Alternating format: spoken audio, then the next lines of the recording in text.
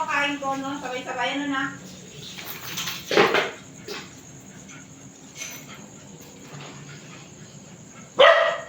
Ito talaga yun eh. Muna ko na yung pakainin. Parang gusto na lang agad kumain. Ayan.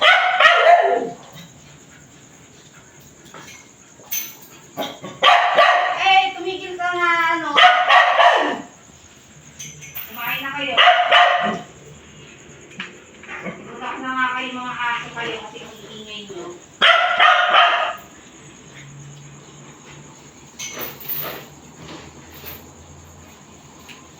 Ngayon, alam ko na kung anong gagawin ko. Sabay-sabay na. Para hindi na